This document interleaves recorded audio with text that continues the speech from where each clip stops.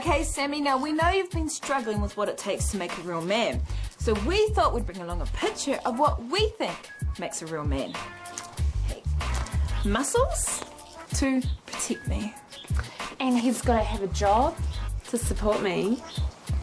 Batista has all of the above.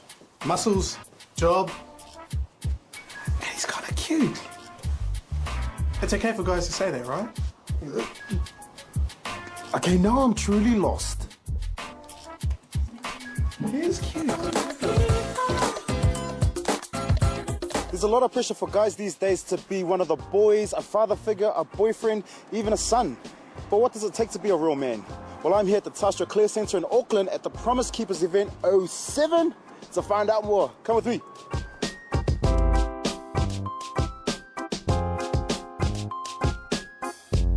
This is Paul Sabritsky, the National Director of Promise Keepers. How's it going, Paul? Good, thank you. Nice to meet you. Right. What's happening here today? Promise Keepers as an organisation, what we seek to do is see ordinary guys transformed into extraordinary men by making choices. The choices we make determine the sort of man we become. And how long has Promise Keepers been around for? It started in America in 1990. In New Zealand, we started in 1994, so that's about 13, nearly 14 years.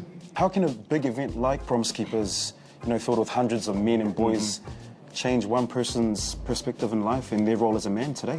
Great question. I think the first thing it does is allow a guy to be with hundreds of other guys and recognise he's normal. Yeah. A lot of guys want to know, are the feelings I've got, is the situation I'm in normal? Then they get clear guidelines on the journey towards biblical manhood or towards true manhood. And so it lays out a path and a roadmap, if you like, for the future. And what are some of the issues that these men and boys are struggling with? Some of the components of being a man include such things as rejecting apathy, laziness. In other words, having a purpose and direction in life. Young guys are living for the here and now. Yep. It's all about me, it's all about now. And we're saying, no, that's not quite right. Accepting responsibility. And I think as a man, at times we've got to say, it was me, I'm sorry, it won't happen again. Yep. And the last one is lead courageously. In other words, be a model and example. But what are you guys actually doing here at Promise Keepers today? Truck pulling competitions. There's 7,600 Big Mac trucks out there. You have 8 speakers for guys 11 to 17, talking about issues that are relevant to young guys of that age. And then we have another breakout for guys 30 and above. We then have a single man's breakout from the ages of 18 to 30 because they're quarter-lifers. They have decisions and choices to make, which you're probably making right now. That's me there. Well, I guess the only way for me to learn how to be a real man today is to join in on the fun and activities here today at Promise Keepers. I'm looking forward to seeing you on the truck pull. Oh, okay. Sounds like fun. Go!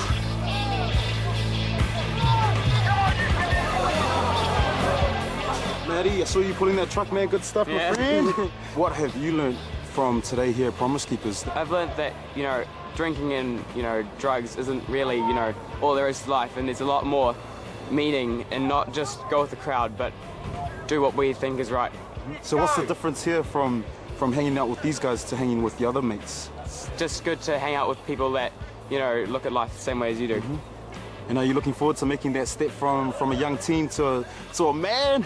Yeah, definitely be good, and things like this really helps. All right, well, I think it's my turn to give the truck a pull. Oh.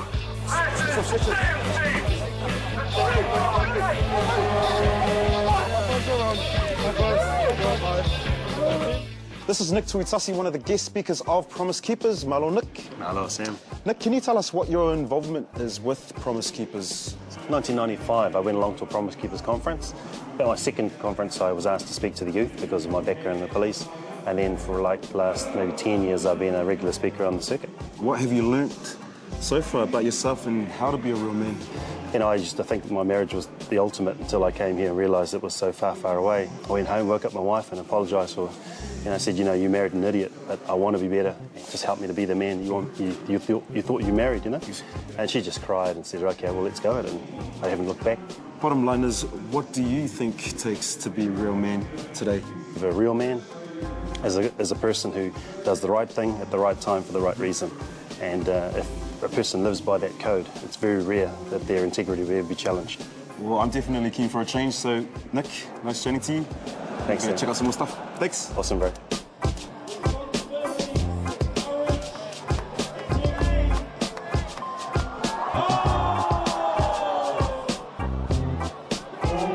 Being a real man is important to building that strong relationship at home or within the community. If you want to make that change from being ordinary to extraordinary, there are groups like Promise Keepers to help you